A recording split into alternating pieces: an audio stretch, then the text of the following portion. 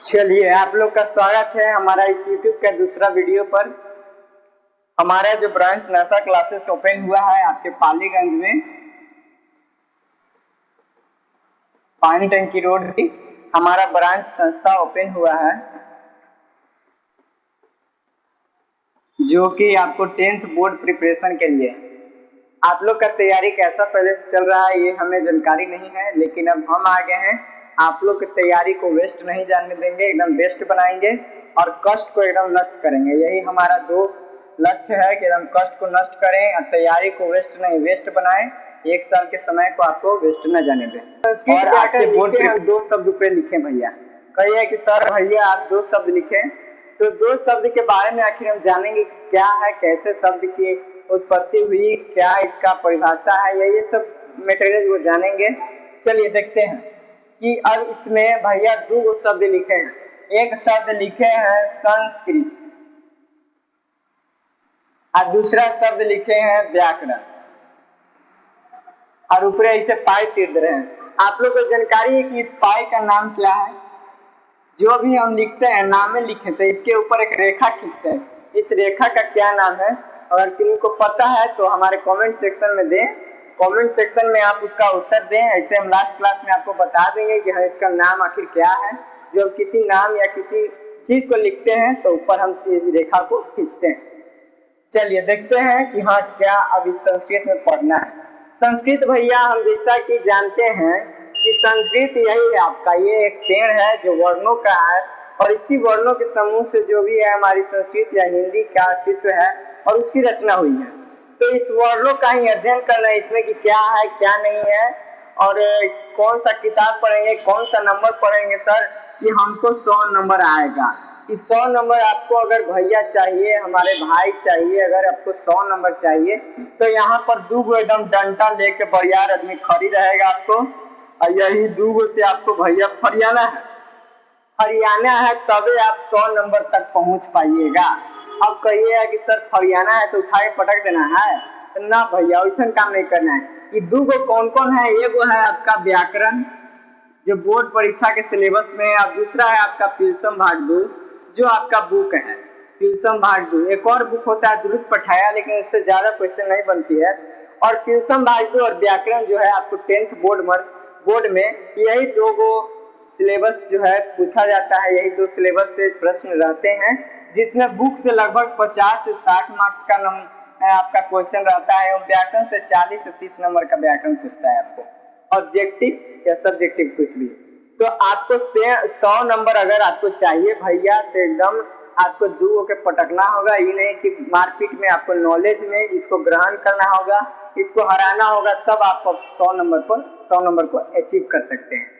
चलिए देखते हैं। तो हम 100 नंबर हमको चाहिए भैया, आपको अगर चाहिए 100 नंबर भैया तो आप हमारे साथ ज्वाइन करिए, और आपको हम एकदम 0 to हीरो लेवल तक ले जाएंगे। किसी को अगर काका किसी कखर वे नहीं आता है वो भी स्टूडेंट ज्वाइन करिए, क्योंकि हम अभी क्लास स्टार्ट ही कर रहे हैं। बैच अभी हमारा स्टार्ट हो गया, 5-10 दिन बैच आगे चल गई है, लेकिन आप लोग घबराइए नहीं, उसको हम एक्स्ट्रा टाइम लेकर रिव्यू करके और नोट्स प्रोवाइड कर दिया जाएगा।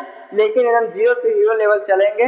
जिनको अगर संस्कृत कुछ नहीं पता है उनको भी बढ़िया अगर बोर्ड में लेना है 100 नंबर तो हमारे पास ज्वाइन करिए भैया।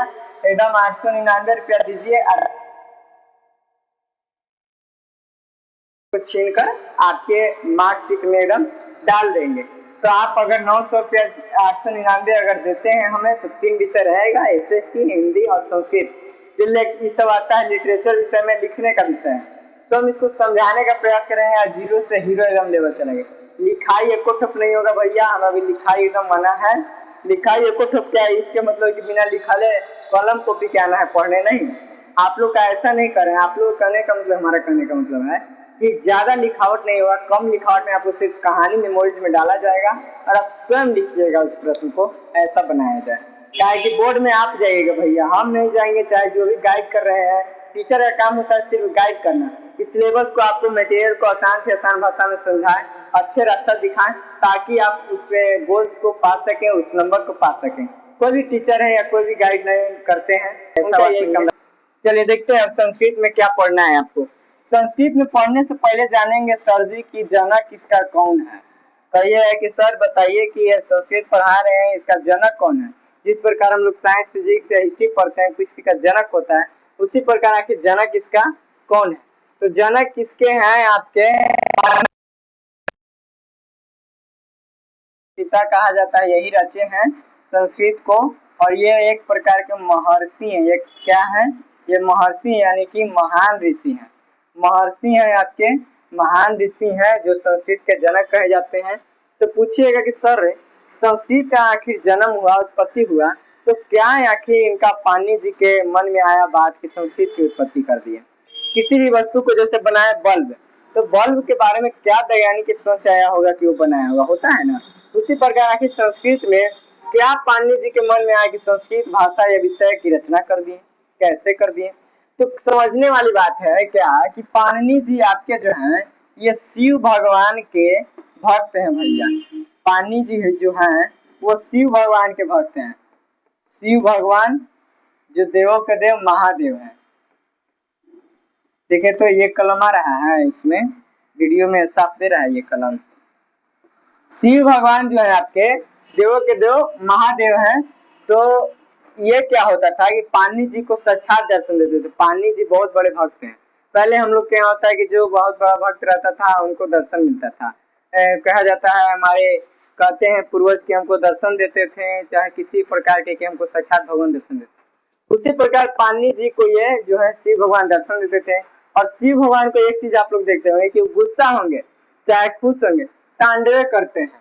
तांडव नृत्य एकदम देखते हैं, डमरू लेकर बजा लेते हैं, एकदम जटा तरी ये सब रचने लगते हैं, अब तांडव करने लगते हैं। तो वो जो है तांडव करते हैं आपका, और शिव भगवान जो है तांडव करते हैं। तो तांडव करते हैं शिव भगवान, आपको खुश होते हैं या नाराज होते हैं उस पर भी। तो पाणिनि जी को साक्षात दर्शन देते थे। तो जो दर्शन देते थे तो उस समय मान ली तांडव किए तो देखते थे पाणिनि जी उनको, तो तांडव करते थे। जो डमरू बजाते थे, जो नृत्य करते थे, तो डमरू ये सब वादक से, उनको डमरू की आवाज से इनको जो है 14 सूत्र मिला। 14 सूत्र ये ग्रहण किया, जिसका नाम रखे महेश्वर सूत्र। जिसका नाम रखे क्या, महेश्वर सूत्र। महेश्वर सूत्र आप जान सकते हैं कि शिव भगवान का नाम है, इसकी वजह से महेश्वर सूत्र रखा गया। लेकिन आप बताइए कि 14 सूत्र कैसे ले लेते हैं सर डमरू बजाए से। तो आप जानते हैं सर कि किसी मान लीजिए कि कोई गाना बजता है या धुन बजता है, म्यूजिक सुनते हैं, तो उसमें देखते हैं कि धुन बजता है। धुन बजता है जिसके कारण हमारे शरीर में, बॉडी में गति होती है और एकदम कमरिया तिरछे तिरछे घूमने लगता है। उसी प्रकार से जो डमरू के आवाज से, उसके धुन से ये 14 सूत्र के निर्माण किए पाणिनि जी। और निर्माण करने के पश्चात ये 14 सूत्र से 4000 सूत्र की रचना किए। 4000 सूत्र की क्या किए, रचना किए, और एक अष्टदाई नामक ग्रंथ में रच दिए, इसको लिख दिए अष्टदाई नामक ग्रंथ में, ये 4000 सूत्र के। और यहीं से आपका संस्कृत की उत्पत्ति हुई। अब पूछिएगा क्या है सर 14 सूत्र से 4000 कैसे बना देते। तो आप लोग भैया हम बताएंगे कि आप लोग मैथ में तेज विद्यार्थी हैं, मैथ आप लोग ज्यादा जानते हैं। तो ज्यादा जानते हैं तो आप लोग फॉर्मूला जानते होंगे, a + b के whole square, a² + 2ab + b²। तो इसको आप लोग ऐसे भी लिखते होंगे a + b × a + b, इसको ऐसे भी लिख सकते हैं। देखिए तो इसको इस तरह से भी लिख सकते हैं, यानी कि एक को रूप बिगाड़ बिगाड़ कर हम इस तरह से लिखते हैं, और दोनों का अर्थ एक ही होता है, सेम एक ही होता है, सॉल्यूशन एक ही निकलेगा। उसी प्रकार से हमारे पाणिनि जी जो है 14 सूत्र के तुर के आगे पीछे जोड़ जोड़ के 4000 सूत्र की रचना किए, और उसे एक अष्टदाई नामक ग्रंथ में लिख दिए। यहीं से आपका संस्कृत का उद्गम हुआ। चलिए अब देखते हैं, पूछता है कि संस्कृत का संधि विच्छेद क्या होता है। आपको कोई पूछा कि हाँ संस्कृत पढ़े जाए था, ग्रामर पढ़ा हुआ, संधि विच्छेद संस्कृत एक बताओ। तो संस्कृत के संधि विच्छेद होता है सम जोड़ कृत। ठीक है, सम जोड़ कृत। और इसका पूछता है कि शाब्दिक अर्थ होता क्या है। शाब्दिक अर्थ, शाब्दिक अर्थ मतलब क्या होता है आप लोग को बताते हैं। इसका शाब्दिक अर्थ होता है परिपूर्ण। जैसे मान लीजिए किसी का नाम है सुमन, यानी कि अच्छा मन वाला। किसी का नाम है नवीन, यानी नया। नवीन का अर्थ होता है नया। उसी प्रकार से संस्कृत कहने से, संस्कृत का मतलब होता है, अर्थ होता है आपका जो है कि परिपूर्ण। समझ गए, संस्कृत का जो अर्थ हुआ क्या हुआ, परिपूर्ण हुआ सर। और संस्कृत का शाब्दिक अर्थ बता दिए परिपूर्ण, इसका जो है संधि विच्छेद बता दिए समजोड़ कृत। ठीक है, 4000 सूत्र ये सब आप लोग समझ लिए। अब देखते हैं कि संस्कृत का आखिर इसे कहा जाता है, संस्कृत को कहा जाता है सुर भाषा एवं देवताओं का भाषा कहा जाता है। संस्कृत को ही आप लोग को कहा जाता है सुर भाषा एवं देवताओं का भाषा। सुर भाषा क्यों कह दिए सर, देखते हुए कि जो भी गाना या गाना की उत्पत्ति हुई है वो सब अ क ख ग ये सब वर्ण से मिलकर बना है। ऐसा बात थोड़ा है कि ए या बी से गाना बन रही है, ए बी से सब इंग्लिश में बजा है, ए ऐसे ऐसे कोनो वजह है, वजह है सा रे गा मा, ये सब वर्ण है जो आपको संस्कृत द्वारा रचित है, हिंदी के वर्ण है। तो ये इसीलिए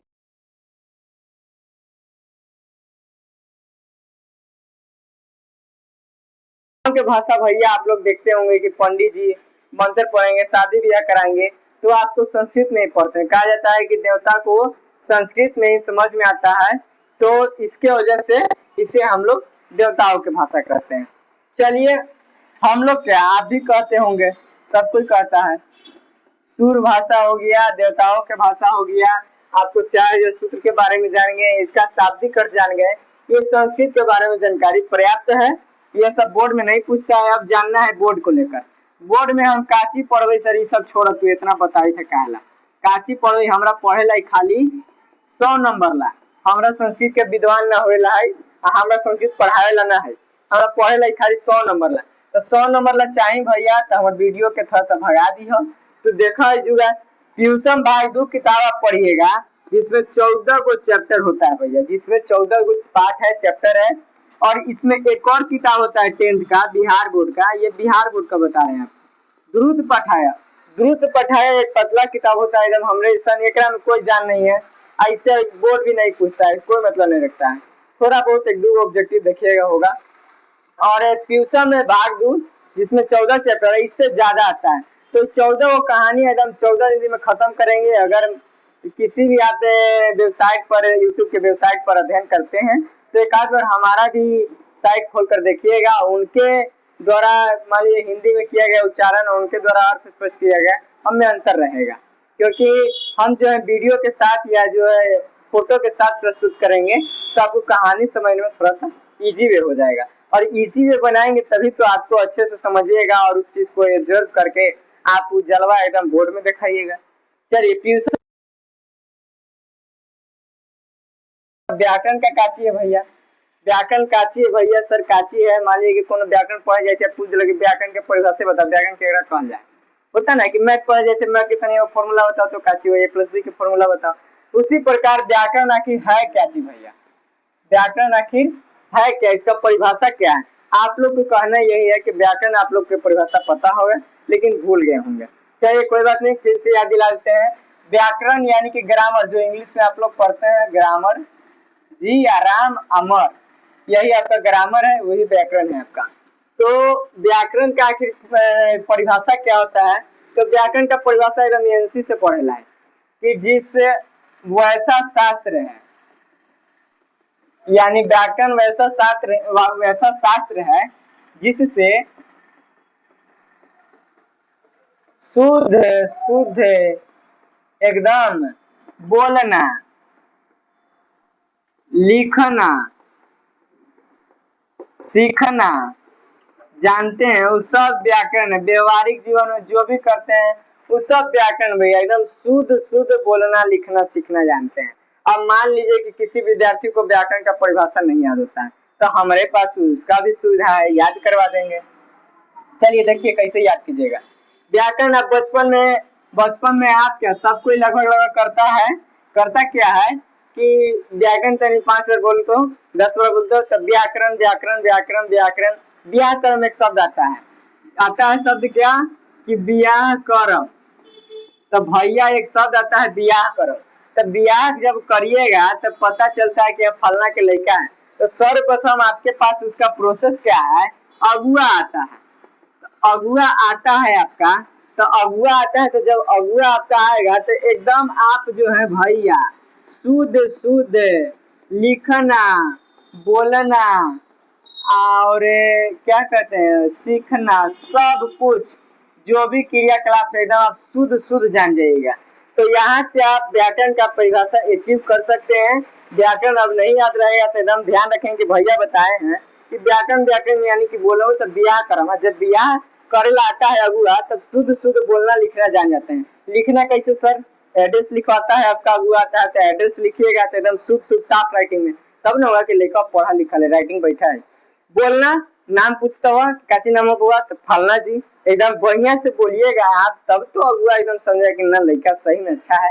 फलना जी तो है जी, एकदम जी जी लगा के, ऐसे बाजार में अरे तरह कुछो तोरा करी जाते एकदम ठेठ अहिर है कुछो है वो, लेकिन तोरा कोई मतलब ना है।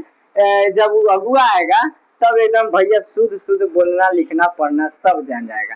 आ जहाँ अगुआ तनी टेढ़ करके गोड़ा मार लो तिरछे, तो वो तो कहेगा कि एकदम लड़का जो है भैया लफुआ है। तिलकवा एकदम सीधे 5 लाख से 2.5 लाख पा जाता, 2.5 लाख से बढ़ते 3 लाख से ज्यादा ना देगा, ये लफुआ लड़का है। उसी तरह आप लोग ध्यान रखिएगा कि सर जी बताएं, अब व्याकरण का परिभाषा आप कभी नहीं भुलाइएगा। ये सब चीज आपको उस सब साइट पर, किसी भी साइट पर आपको यूट्यूब के नहीं मिलेगा, ये सब हमारी साइट में मिलेगा भैया, आप देख लीजिएगा कभी। तो वैसा शास्त्र जिसमें शुद्ध शुद्ध बोलना लिखना पढ़ना जानते हैं उसे व्याकरण कहते हैं। नहीं याद रहे तो ब्याह क्रम से बता दिए आपको, उस तरह से याद करिएगा। अब सर सबसे पहली बात आता है कि कोनो कहा है कि व्याकरण बड़ा पढ़े थे, संस्कृत व्याकरण चाहे कोई भी व्याकरण पढ़ते, व्याकरण पढ़े से फायदा कोची है कि व्याकरण ऐसे पढ़ ले है, कोची फायदा है बता तो कि ऐसी झूठा उठा मैथ पढ़ाइत रहा है भर दिन मैथ है, काची फायदा हो। तो आप तो कहिएगा पहला फायदा कि हमारा 100 नंबर ला पढ़ेला है बोर्ड ला, लेकिन हम आपको बताएंगे कि क्या फायदा और है। और क्या फायदा है, जैसे हम मान लीजिए कि एक शब्द लिखते हैं स्वजन और एक शब्द लिखते हैं स्वजन,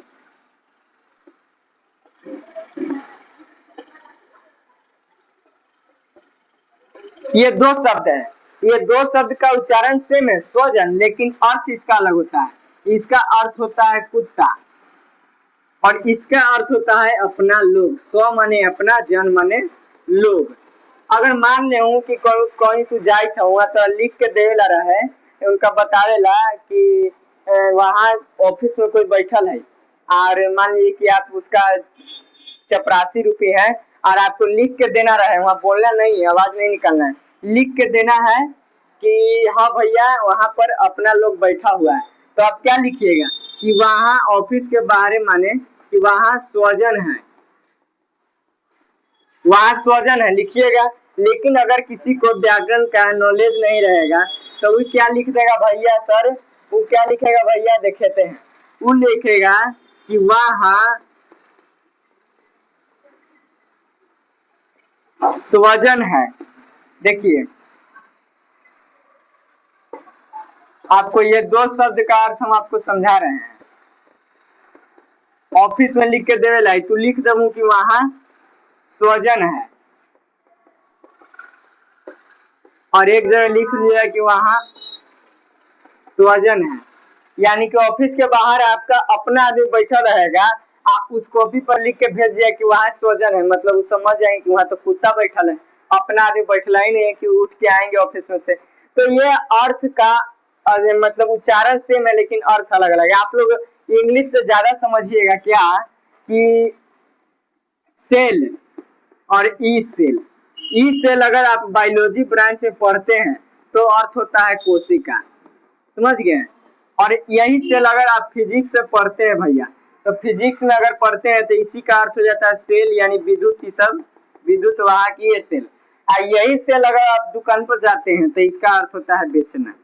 उच्चारण सेम है सेल सेल, लेकिन इसका अर्थ बदल रहा है। उसी प्रकार से व्याकरण का नॉलेज क्यों जरूरी है आपको ये समझा रहे हैं कि स्वजन एवं ये स्वजन में अंतर आपको पता चल सके। दूसरा है कि एक सीता ऐसे लिखते हैं, एक सीता ऐसे लिखते हैं। तो एक सीता होता है राम की पत्नी और एक सीता का मतलब होता है क्या, चीनी। इसका मतलब यह चीनी है, ये सीता का मतलब होता है राम की पत्नी, जो हमारे राम भगवान है उनकी पत्नी सीता, और ये सीता का मतलब होता है चीनी। चलिए यही हो गया, व्याकरण के फायदा आपको बता दिए। अब समझना है कि सर जी बड़ी तो बताई था, हमरा सीधे चाहिए वाला बोर्ड से मतलब है, हमरा इसका उपयोग 12th में कुछ नहीं है, संस्कृत का उपयोग कुछ नहीं है 12th में, इसका कोई रोल नहीं है, एकदम जीरो ऐसा नटा। हमरा बताइए कि काची काची पढ़म कि हम व्याकरण में अच्छा कर पाऊँ, बोर्ड में अच्छा कर पाऊँ। तो भैया देखिए ये बात सही पूछे, कहीं भी संस्थान में जाते हैं तो सीधे खाली लिखवाते हैं डायरेक्ट, हर चैप्टर खत्म होने के बाद फिर एक और चैप्टर आ जाएगा, फिर एक और चैप्टर आ जाएगा, पता नहीं चलेगा कि चैप्टर पढ़ना है कि चैप्टर नहीं पढ़ना है।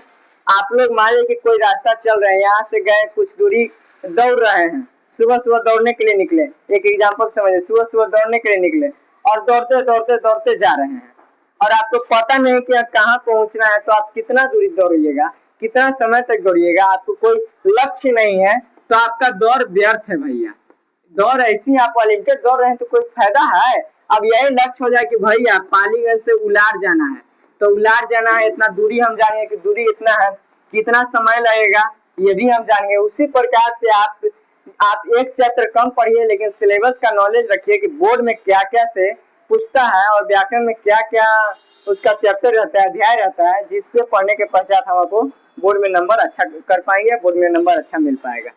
तो आप लोग इस रास्ता के लिए नहीं पढ़िए, कहीं भी जा रहे हैं तो सिलेबस का नॉलेज पहले रखिए आप अपनी मुट्ठी में। व्याकरण के परिभाषा आपको बता दिए, व्याकरण में क्यों पढ़ना है ये जरूरी बता दिए हैं। अब 10th बेस पर आपको बिहार बोर्ड देना है, तो इसको देने के लिए क्या क्या सा चैप्टर, कौन कौन से व्याकरण में चैप्टर पढ़ेंगे जिससे हमको क्वेश्चन आएगा और क्वेश्चन को हम सॉल्व कर पाएंगे। तो पहला चैप्टर है भैया वर्ण प्रकरण,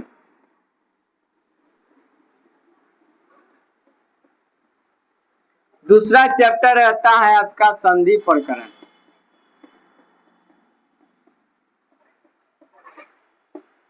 तीसरा चैप्टर आता है आपका समास प्रकरण, चौथा चैप्टर आता है आपका धातु प्रकरण,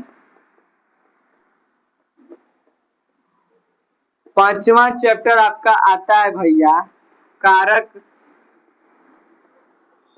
प्रकरण एवं उपपद विभक्तियां।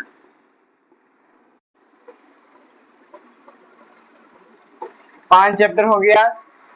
छठा चैप्टर आपका आता है प्रत्यय प्रकरण, सातवां चैप्टर आता है आपका उपसर्ग प्रकरण,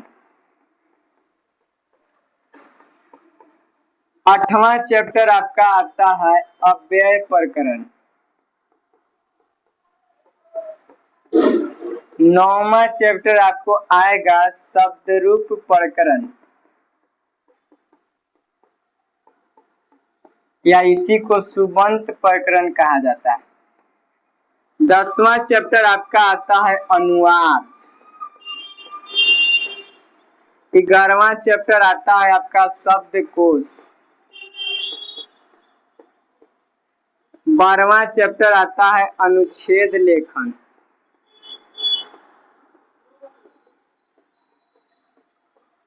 एंड 13 और लास्ट गद्यांश आप लोग का आता है।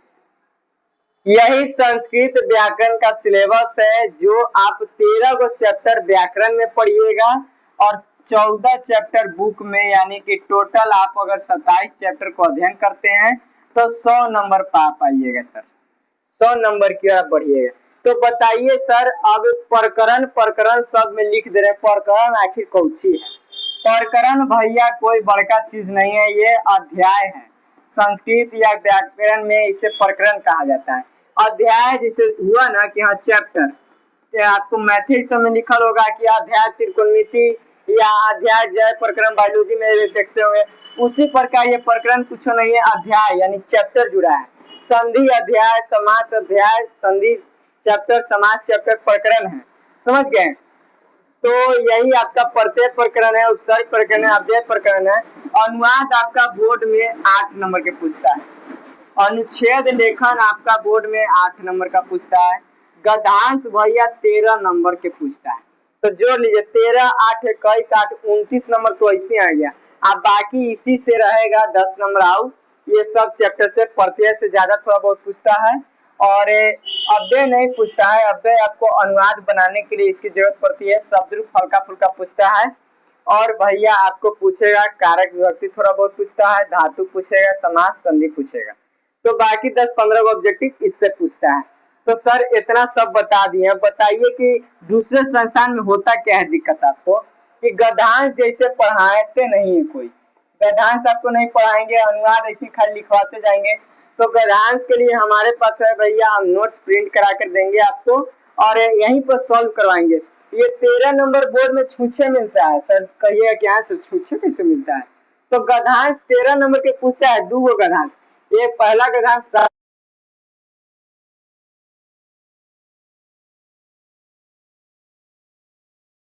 देख के उत्तर लिखने के लिए है और यही अगर आप सही उत्तर नहीं लिख पाइएगा तो वो भी आपका चला जाएगा, 13 नंबर हाथ से निकल जाएगा।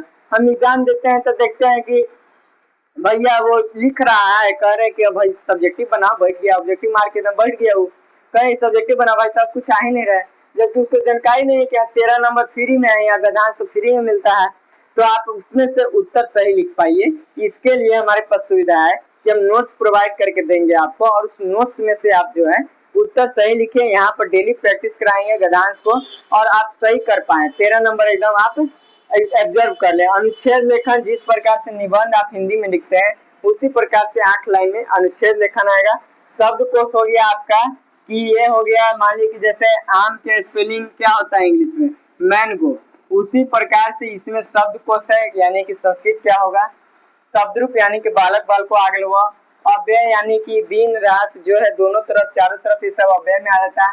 उपसर्ग जानते हैं कि किसी शब्द के आगे लगता है, प्रत्यय जानते हैं किसी शब्द के पीछे लगता है और भैया कारक जानते हैं, कर्ता ने कर्म को, ये सब आप हिंदी पढ़े हैं कुछ कुछ बेसिक। धातु जानते हैं, तित अंति सिचत, समास है, लंबोदर है, लंबा उधर जिसका वो ये सब पढ़ना है, सदी है, वर्ण प्रकरण है यानी कि उच्चारण स्थान इसमें पढ़ने के लिए रहता है, क का उच्चारण स्थान है, अ का उच्चारण स्थान है क्या है, ये सब पढ़ने के लिए रहता है।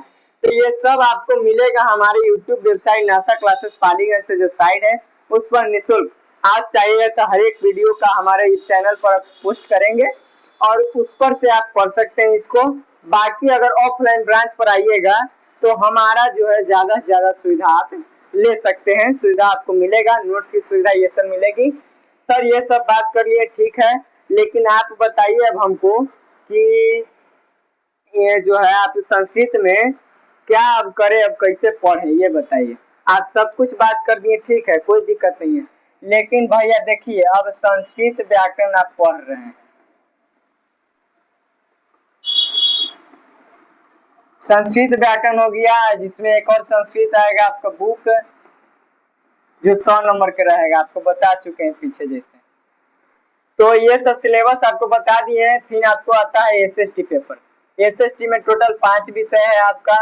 हिस्ट्री जैसा कि आपको पहला डेमो भी बता चुके हैं, इकोनॉमिक्स है, जियोग्राफी है, डाइजेस्टर मैनेजमेंट है, सिविक्स है। ये 5 चैप्टर 5 बुक आपको पढ़ना है।